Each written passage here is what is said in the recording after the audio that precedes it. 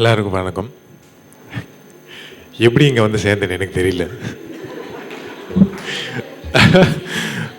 ஆனஸ்டாக பேசணுன்னா எனக்கு வந்து மேடையில் பேசுகிறதுக்கு தைரியம் இல்லை. என்ன பேச போகிறேன்னு எனக்கு தெரியாது. வளரிட்டேன்னா மன்னிச்சிடுங்க. ஆனால் என்ன பேசினாலும் மனசுலேருந்து நான் பேசிடுவேன். எனக்கு இந்த நிகழ்ச்சிக்கு வருவேன்னு அட்டென்ட் பண்ணுவேன்னு எனக்கு தெரியல. வெள்ளூருக்கு வந்து என்னோட குரு, என்னோட நண்பர், என்னோட அண்ணனை பார்க்க வந்தேன். வந்துட்டு அவரோட டைமு எனக்கு கிடைக்கல.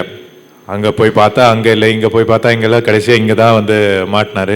இவர் கூட உட்கார்ந்தேன்.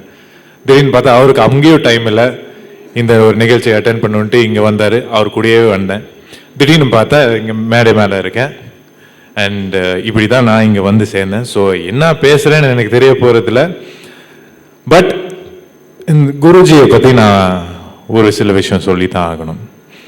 எனக்கு அவர் வந்து ஒரு 8 வருஷம் இருக்குமா முன்னாடி, அதுக்கு மேலே, அதுக்கு முன்னாடி எனக்கு அவர் தெரியும். அப்போ நான் பியூராக வரும்போது நான் ஒரு ஏத்திஸ்ட். எனக்கு கடவுள் நம்பிக்கை இல்லை. இன்ஃபேக்ட் கடவுள் நம்பிக்கை இருந்த டைம்லேருந்து கடவுள் இருக்காரா இல்லையான்னு ஒரு சயின்ஸ்குள்ளே ரீசர்ச் போய் ரொம்ப ஆழமாக போயிட்டேன். அந்த டைமில் எனக்கு கம்ப்ளீட்டாக அந்த நம்பிக்கை போயிடுச்சு. அந்த டைமில் யதார்த்தமாக குருஜியை மீட் பண்ணியிருந்தேன். அவர் சயின்ஸ் மூலமாகவே என்னை மறுபடியும் ஒரு நம்பிக்கைக்குள்ளே கொண்டு வந்தார். அது ரொம்ப டிஃபிகல்ட். எனக்கு ஒன்ஸ் நான் ஒரு விஷயத்தை நம்ப ஆரம்பிச்சிட்டேன்னா அது என் மனசு வச்சு ஃபுல்லாக நம்புவேன். ஸோ அதை உடச்சிட்டு மறுபடியும் எனக்கு ஒரு நம்பிக்கை கொண்டு வந்து, ஒரு கடவுள் மேலே ஒரு பயத்தை கொண்டு வந்து, ஒரு பக்தியை கொண்டு வந்து எனக்கு இந்த லெவலுக்கு கொண்டு வந்தார்னா அது அவரால் மட்டும்தான் முடியும். அது அவர் எனக்காக பண்ணார். அண்ட் அதனாலேயே இப்போ எனக்கு மனசில் ஒரு லைஃப்பில் போகும்போது எனக்கு ஒரு தைரியம் இருக்குது. என் குடும்பம், அவங்களுக்கு எல்லாருக்கும் என்னால் ஒரு தைரியம் கொடுக்க முடியுது.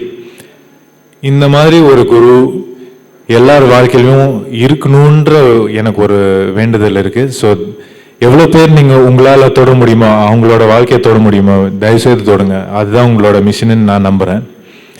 என் லைஃப்பில் எத்தனை பேர் நான் தொட போகிறேன்னு எனக்கு தெரியாது. பட் குருஜி வந்து கண்டிப்பாக கோடி மேலே கோடிக்கணக்கான மக்களை வந்து தொட போகிறாரு. So thank you. அண்ட் கடைசியாக ஒன்று சொல்லணுன்னா, அவர் ஒரு கனவு எனக்கு ரொம்ப நாளுக்கு முன்னாடி சொன்னார். 8 வருஷத்துக்கு முன்னாடி ஒன்று சொன்னார். அம்மா வராகிக்கு வந்து அவர் ஒரு கோயில் கட்டணும், அதில் எல்லாமே ஃப்ரீயாக கிடைக்கணும், இந்த மாதிரி ஒரு விஷயம் என்கிட்ட சொல்லியிருந்தார். அப்போது நான் நம்பலை, இந்த மாதிரி ஒரு விஷயம் யாராவது உண்மையாக பண்ண முடியுமா. ஆனால் இன்னைக்கு பல வருஷத்துக்கு அப்புறம் அவர் மறுபடியும் இங்கே சந்திக்க வரும்போது பார்த்தேன், அவர் அதை அச்சீவ் பண்ணிட்டாரு. பயங்கரமான விஷயம். As a friend, as a brother, as a sissina, I am very happy. God bless you.